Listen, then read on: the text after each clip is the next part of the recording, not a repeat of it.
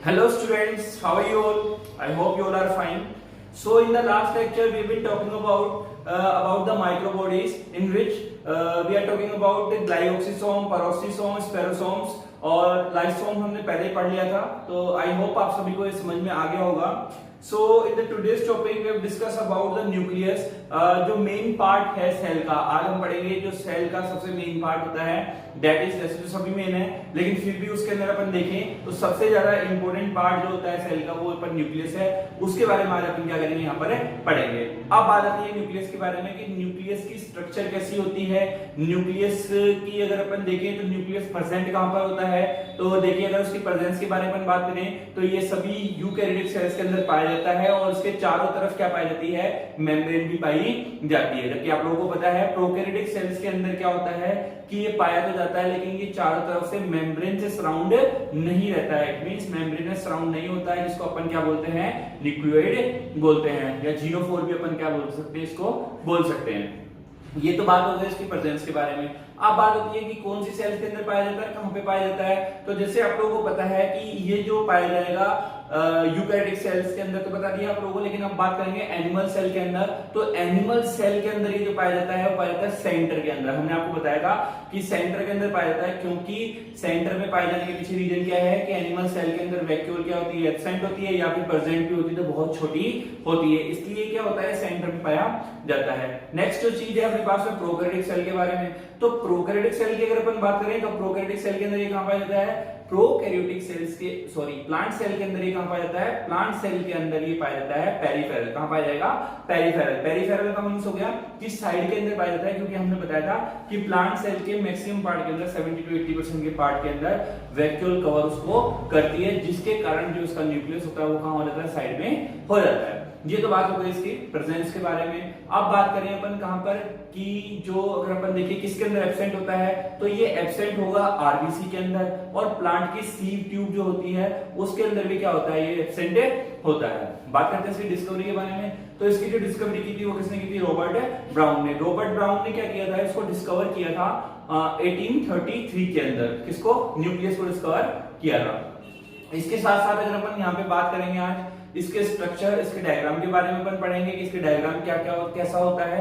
दूसरी जो बात आती है कि सिनोसियल स्टेज क्या होती है और साइटोप्लाज्मिक इंडेक्स क्या होता है, वो भी अपन क्या है आज यहाँ पर पढ़ेंगे. तो ये सारी चीजें आज के टॉपिक के अंदर अपन कंप्लीट करेंगे. न्यूक्लियस थोड़ा सा लेंथी टॉपिक है क्योंकि इसके अंदर क्रोमोसोम वगैरह भी आते हैं, न्यूक्लियस भी आ जाती है, तो ये सारी चीजें आती हैं आज नहीं लेकिन पार्ट्स के अंदर क्या आगे अपन इसको कवर करेंगे. तो चलिए शुरू करते हैं. So this is nucleus. आपको पता है discovered by Robert brown 1833 orchid plant के अंदर. ऑर्किड प्लांट के अंदर उन्होंने क्या किया था, न्यूक्लियस की डिस्कवरी की थी. किसने किसने की थी, रॉबर्ट ब्राउन ने. नेक्स्ट है कि सभी यूकैरियोटिक सेल्स के अंदर प्रेजेंट रहता है, न्यूक्लियर मेम्ब्रेन सराउंड रहता है, ये बता दिया आप लोगों को. सेकंड, प्रोकैरियोटिक सेल के अंदर इसको अपन बोलते हैं जीनोफोर, या फिर अपन इसको बोल सकते हैं न्यूक्लियोइड. क्यों बोल सकते हैं न्यूक्लियोइड जीनोफोर, क्योंकि इसके चारों तरफ क्या होती है, मेम्ब्रेन का लैक होता है, मेम्ब्रेन सराउंड नहीं होती है. Control of the activity of cell, cell की जो भी एक्टिविटीज है उनको क्या किया जाता है, कंट्रोल किया जाता है. मतलब क्योंकि देखिए क्योंकि इसके पास में न्यूक्लियस है, तो ये सेल का न्यूक्लियस जो होता है वो मेन होता है. डिवाइड होते वक्त भी न्यूक्लियस का डिवाइडेशन होना जरूरी होता है. जैसे आपने देखा होगा सेल डिवीजन के अंदर कि जब भी अपन जैसे यूनिसेलुलर ऑर्गेनिज्म को डिवाइड करते हैं तो उसका न्यूक्लियस डिवाइड होना जरूरी है. क्यों है, क्योंकि उसके अंदर डीएनए, क्रोमोसोम्स वाली जेनेटिक सीक्वेंस क्या होती है उसके अंदर प्रेजेंट होती है. नेक्स्ट, एनिमल सेल के अंदर मिड में प्रेजेंट होता है, जबकि प्लांट सेल के अंदर पेरिफेरल मतलब साइड के अंदर होता है. ये आप लोगों को स्ट्रक्चर के अंदर बताया था. Circular structure 13 to 14 mu size की होती है. जो इसकी स्ट्रक्चर कैसी होती है, जो सर्कुलर होता है, और इसका जो साइज हो सकता है वो कितना हो सकता है, 3 म्यू से लेकर के 14 म्यू तक का इसका साइज हो सकता है. नेक्स्ट है आरबीसी और प्लांट के अंदर. देखिए आरबीसी और प्लांट की सीव ट्यूब के अंदर होता क्या है, न्यूक्लियस का लैक होता है. क्या होता है, न्यूक्लियस का लैक मतलब न्यूक्लियस की कमी होती है. तो जिन सेल्स के पास में न्यूक्लियस नहीं होता है उसे अपन बोलते हैं एन्यूक्लिएट. क्या बोलते हैं, एन्यूक्लिएट. अब अपन से कोई पूछे कि एन्यूक्लिएट के एग्जांपल क्या होगा, तो एन्यूक्लिएट के एग्जांपल क्या हो जाएंगे भाई, एन्यूक्लिएट के एग्जांपल यही तो हो जाएंगे भाई, प्लांट सीव ट्यूब और आरबीसी. क्लियर. नेक्स्ट है कि अगर देखिए न्यूक्लियस न्यूक्लियस का जो वॉल्यूम है ना, मतलब न्यूक्लियस का वॉल्यूम है वो सेल के वॉल्यूम के साथ में एक स्पेसिफिक रेशियो रखता है। मतलब न्यूक्लियस के वॉल्यूम है जो और सेल का जो टोटल वॉल्यूम है वो आपस में एक दूसरे के साथ में क्या रखते हैं, एक स्पेसिफिक रेशियो रखते हैं, ठीक है। और उस स्पेसिफिक रेशियो की अगर अपन बात करें तो यही क्या कहलाता है, उसका न्यूक्लियोप्लाज्मिक इंडेक्स कहलाता है। क्या कहलाता है भाई? न्यूक्लियोप्लाज्मिक इंडेक्स कहलाता है। इस न्यूक्लियोप्लाज्मिक इंडेक्स को समझने के लिए एक फॉर्मूला दिया गया है, फॉर्मूला दिया था हर्टविग ने। हर्टविग साइंटिस्ट थे, उन्होंने इस न्यूक्लियोप्लाज्मिक को समझाने, न्यूक्लियोप्लाज्मिक इंडेक्स को समझाने के लिए एक फॉर्मूला दिया, और वो फॉर्मूला क्या है, दे लीजिए, NP is equal to Vn upon Vc minus Vn। देखिए NP मतलब न्यूक्लियोप्लाज्मिक इंडेक्स और Vn मतलब volume of nucleus upon volume of cytoplasm minus volume of nucleus. ये चीज फॉर्मूला किसने दिया था? ये फॉर्मूला दिया था हर्टविग ने। क्या दिया? उन्होंने कहा कि न्यूक्लियोप्लाज्मिक इंडेक्स की अगर अपन बात करें तो ये टोटल किसके इक्वल होता है? Volume of nucleus upon volume of cytoplasm minus volume of nucleus के इक्वल होता है। क्या? Nucleoplasmic index. क्लियर? यहाँ पे अपन ने देखो मेंशन कर रखा है ये सारी चीजें, वॉल्यूम ऑफ न्यूक्लियस Vc बराबर। सो अगर अपन नेक्स्ट बात करते हैं, एक अपने पास में सिनोसाइट या सिनोसियल स्टेज होती है। क्या होती है? सिनोसाइट और सिनोसियल स्टेज होती है। देखिए ये सिनोसाइट और सिनोसियल स्टेज होती क्या है? मान लीजिए बहुत सारी मेम्ब्रेन, बहुत सारी सेल्स हैं अपने पास में। ये सेल्स इस तरह से आपस में जुड़ी हुई हैं, यहाँ से ये दो सेल्स हो गई, तीसरी, चौथी, इस तरह से बहुत सारी सेल्स आपस में क्या है, जुड़ी हुई हैं। जैसे मैं यहाँ पे डायग्राम में बनाऊं तो ये सेल्स मान लीजिए इस तरह से बहुत सारी सेल्स क्या हैं, जुड़ी हुई हैं, ठीक है। अब इस सेल्स की अगर अपन बात करें, ये जो सेल्स यहाँ पर जुड़ी हुई हैं, तो इस सेल्स की अगर अपन बात करें तो यहाँ पर बीच में क्या पाया जाता है? यहाँ पर ये न्यूक्लियस पाया जाएगा। क्या पाया जाएगा? न्यूक्लियस पाया जाता है। सपोज दैट कि इन सभी सेल्स की अगर अपन बात कर रहे हैं, ठीक है, ये सेल्स ऐसे जुड़ी हुई हैं। अब अपन देखें क्या कि मान लीजिए इस सेल की जो सेल मेम्ब्रेन है इसको अगर हटा दिया जाए या फिर ये आपस में खुद ही घुल जाए, क्या हो जाए? या तो इसको हटा दिया जाए या फिर ये आपस में क्या हो जाए, खुद ही कई बार घुल जाती हैं, ठीक है। तो ये देखिए मैंने इस तरह से इसको हटा दिया, यहाँ से ये हट गई, इधर से ये भी हट गई,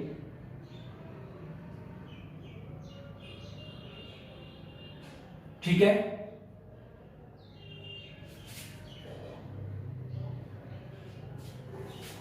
ठीक है, अब जब ये सारे सेल मेम्ब्रेन हट गई तो ऑब्वियसली ये बचा हुआ पार्ट ये भी हट जाएगा।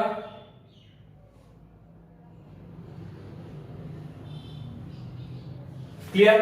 तो अब देखिए कि ऐसा हो सकता, ऐसा नहीं मान सकते कि अपन ये अपने पास में लगभग 6 सेल्स थी, तो ये जो 6 सेल थी इनकी सभी की मेम्ब्रेन हट गई है यहाँ से। तो जब ये सारी सेल मेम्ब्रेन हट गई तो बीच में ये सारे न्यूक्लियस केवल एक सेल के अंदर आ गए। दिखने में ऐसे लग रहा है लेकिन एक सेल तो नहीं है तो बहुत सारी सेल्स, लेकिन इन सभी के न्यूक्लियस क्या हो गए, एक ही मेम्ब्रेन के अंदर सराउंड हो गए, क्योंकि चारों तरफ से इनकी लास्ट मेम्ब्रेन को सराउंड कर रखा है। तो ऐसी स्थिति जिसके अंदर बहुत सारी सेल मेम्ब्रेन बहुत सारी सेल्स आपस में जुड़ी हुई होती है और उनकी सेल मेम्ब्रेन क्या हो जाए, घुल जाए या घुल करके हट जाए और वो इस प्रकार की स्थिति को रिप्रेजेंट करे, तो ऐसी स्थिति को अपन सिनोसाइड या सिनोसियल स्टेज कहते हैं। क्या कहते हैं? सिनोसाइड या सिनोसियल स्टेज कहते हैं। क्लियर है ये चीज कि सिनोसाइड और सिनोसियल क्या होता है? क्लियर? अब आगे बात करते हैं अपन इसके स्ट्रक्चर के बारे में, इसका स्ट्रक्चर कैसा होता है। देखिए एक चीज होती है अपने पास में क्या कि पैरामीशियम है टू न्यूक्लियस। पैरामीशियम की अगर अपन बात करें तो पैरामीशियम के पास में क्या होते हैं, 2 न्यूक्लियस होते हैं। पैरामीशियम की स्ट्रक्चर की बात करें अपन तो आपको पैरामीशियम की स्ट्रक्चर कुछ इस तरह से दिखाई देगी। तो इस पैरामीशियम की स्ट्रक्चर के अंदर देखें तो आपको 2 न्यूक्लियस दिखाई देते हैं। क्या देते हैं? 2 न्यूक्लियस दिखाई देते हैं, ठीक है।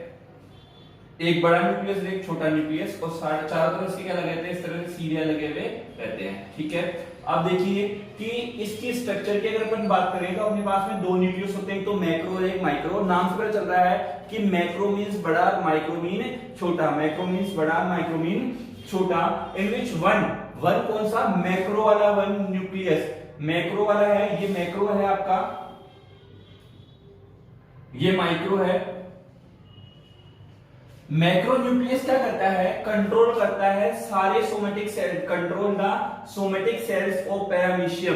देखिए जो सोमेटिक सेल्स के जो भी फंक्शंस होते हैं पैरामीशियम के अंदर, जो सोमेटिक कैरेक्टर्स होते हैं, ठीक है, उन सोमेटिक कैरेक्टर्स को कौन कंट्रोल करता है? उन सोमेटिक कैरेक्टर्स को कौन कंट्रोल करेगा? ये मैक्रो न्यूक्लियस कंट्रोल करता है। और इसी न्यूक्लियस को अपन क्या बोलते हैं? ट्रोफोन्यूक्लियस भी कहते हैं। क्या कहते हैं? ट्रोफोन्यूक्लियस कहते हैं। ये बात आप लोगों को यहाँ पे समझाई गई है किसके बिहाफ में?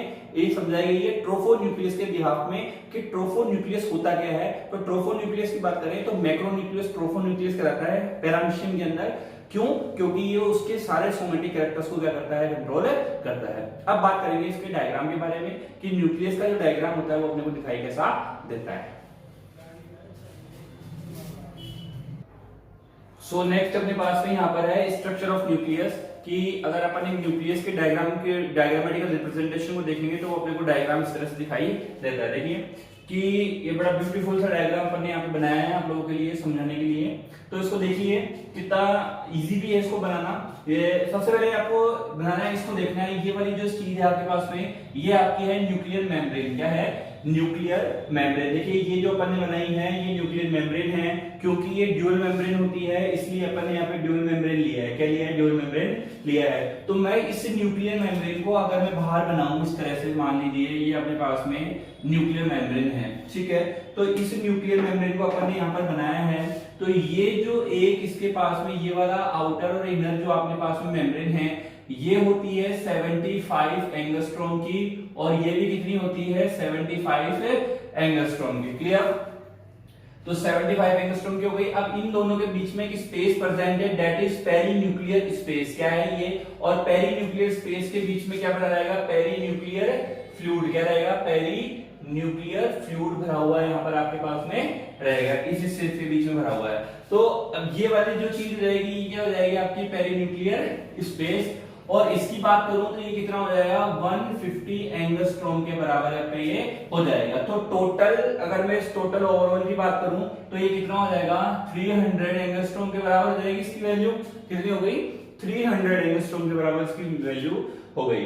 नेक्स्ट अपने पास में इधर अपन ने बाहर जो बनाया है ये बनाई है आपके पास में एंडोप्लाज्मिक रेटिकुलम। क्योंकि अपन ने जब आप लोगों को एंडोप्लाज्मिक रेटिकुलम पढ़ाई थी तो बताई थी कि ये किससे जुड़ी हुई रहती है? न्यूक्लियस से जुड़ी हुई रहती है।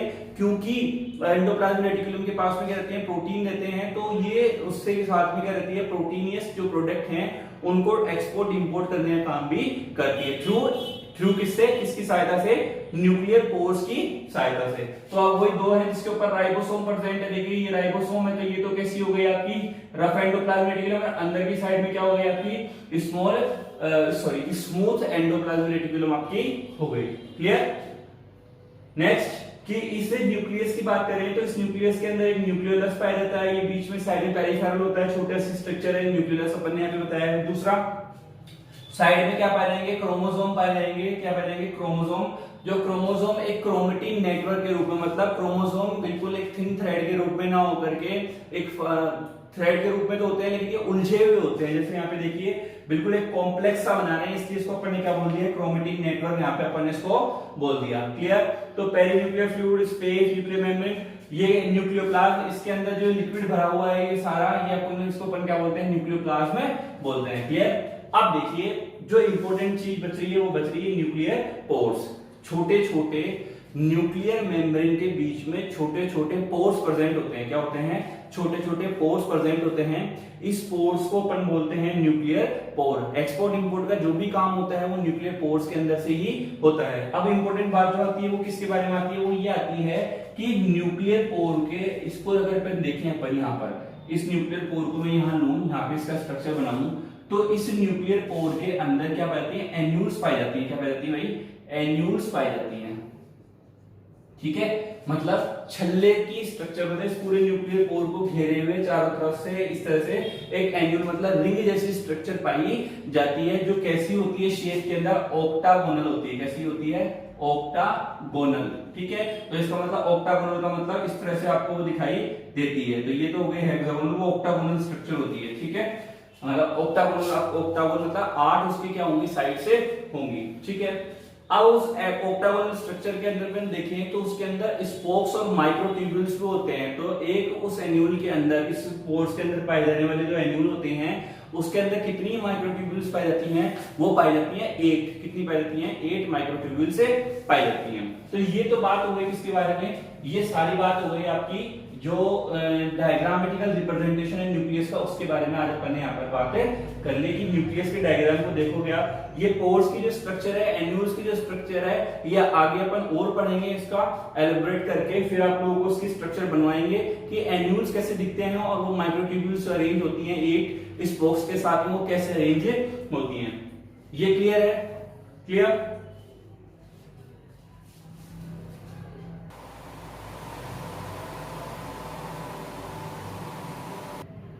देखिए नेक्स्ट अगर अपन बात करें तो नेक्स्ट अगर स्टडी ऑफ न्यूक्लियस की बात करें तो जो सेल के न्यूक्लियस की जो स्टडी है ना, वो सेल डिवीजन के या सेल के इंटरफेज फेज होती है। कौन सी फेज? इंटरफेज। देखिए इंटरफेज जो आपके पास में फेज है, इस इंटरफेस के अंदर सेल के न्यूक्लियस की स्टडी की जाती है। अब बात आती है कि इंटरफेस के अंदर ही सेल के न्यूक्लियस की स्टडी क्यों की जाती है और किसी फेज के अंदर क्यों नहीं हो सकती ऐसा? वो इसलिए नहीं है क्योंकि जब अगर अपन इंटरफेस की बात करें तो इंटरफेस के अंदर सेल का जो न्यूक्लियस है वो अच्छी तरीके से दिखाई देता है, और दूसरी बात यह है कि ये मेटाबॉलिकली क्या रहता है? एक्टिव आपका रहता है। क्या कि ध्यान सुनिए कि जब अपन सेल के न्यूक्लियस की स्टडी की बात कर रहे हैं अपन, तो ये इंटरफेस के अंदर की जाती है, ठीक है। दूसरी बात जो अपन देखें तो सेल के इंटरफेस के अंदर स्टडी कर रहे हैं, क्यों कर रहे हैं? क्योंकि इसका जो न्यूक्लियस है वो एक तो क्लियर दिखाई देता है, दूसरा मेटाबॉलिकली क्या रहता है? एक्टिव रहता है। इसलिए सेल के न्यूक्लियस की जो स्टडी है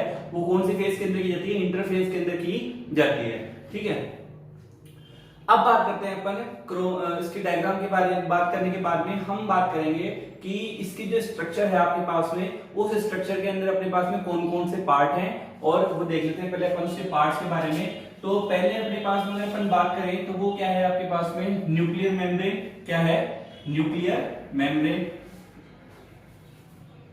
दूसरा है आपके पास में न्यूक्लियोलस। तीसरा है क्रोमेटिन नेटवर्क।